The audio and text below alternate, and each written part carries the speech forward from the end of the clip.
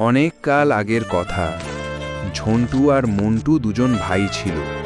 ভাঙা ঘর, ময়লা জামা কাপড়। জীবনের একটাই নিয়ম ছিল, ক্ষুধা আর লড়াই। আর দারিদ্র্য নয়, সংগ্রাম করেই জীবন নির্বাহ করতে হবে। তাই তারা ঠিক করল, একটা ছোট নৌকো আর পুরনো জাল নিয়ে মাছ ধরতে যাবে। জাল ফেলল, কিন্তু ফিরল খালি। সেই রাতে তারা শুধু পেটের ক্ষুধা নিয়ে ঘুমালো।